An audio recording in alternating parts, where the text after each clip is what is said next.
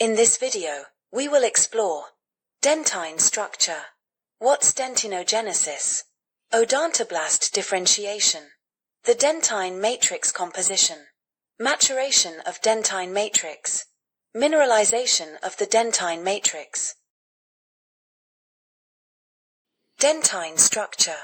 Dentine is the second most mineralized tissue in the body and forms the majority of the tooth structure. It is a hard yet elastic material, allowing it to absorb the forces of chewing while providing vital protection to the dental pulp. Dentinogenesis. Dentinogenesis is the process of dentine formation. It starts during an early stage of tooth formation, more precisely the late bell stage, when the dental germ consists of outer enamel epithelium and inner enamel epithelium, separated by the stellate reticulum. Stratum intermedium, located adjacent to the inner enamel epithelium. Follicular sac, which surrounds the developing tooth. Mesenchymal papilla, which later gives rise to the dental pulp and odontoblasts. Hertwig's epithelial root sheath, which will contribute to root formation. The dentine develops from the mesenchymal papilla, which differentiates into odontoblasts, the cells responsible for secreting the dentine matrix. Differentiation of odontoblast. The mesenchymal papilla cells undergo several stages of morphological and functional differentiation before becoming odontoblasts. Initially, they are small, oval cells with centrally located nuclei. 1. The cells stop dividing. 2. It increase in size. 3. Their cytoplasm becomes anchored to the basal membrane via anchorage fibers. 4. Polarization. The nucleus shifts away from the basal membrane, elongating towards the opposite side.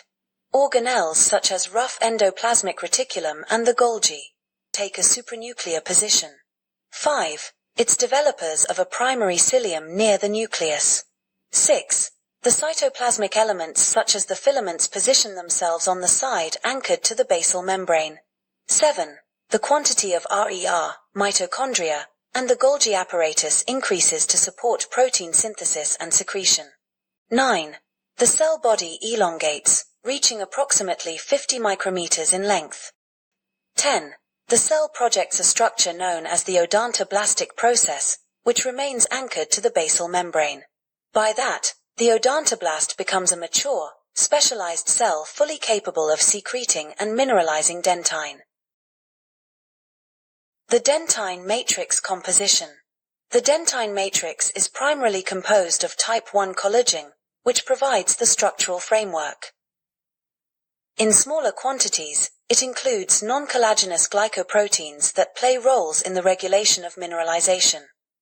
Additionally, the matrix contains trace amounts of other types of collagens, such as type 3 and 5, proteolycans, which influence mineral deposition and matrix organization. Matrix metalloproteinases, which are involved in the remodeling and degradation of the matrix. Growth factors. Maturation of the dental matrix. The maturation process of the dentine matrix involves the deposition of organic components at two primary sites. 1. Deposition at the base of the odontoblastic process, near the cellular core. In this site, type I collagen fibrils are laid down as a dense and organized framework.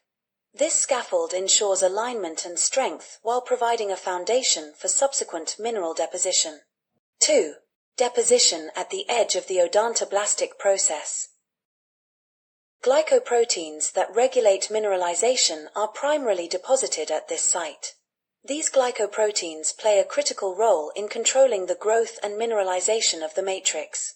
This site is also the first to undergo mineralization, marking the beginning of the dentine's transformation into a mineralized tissue.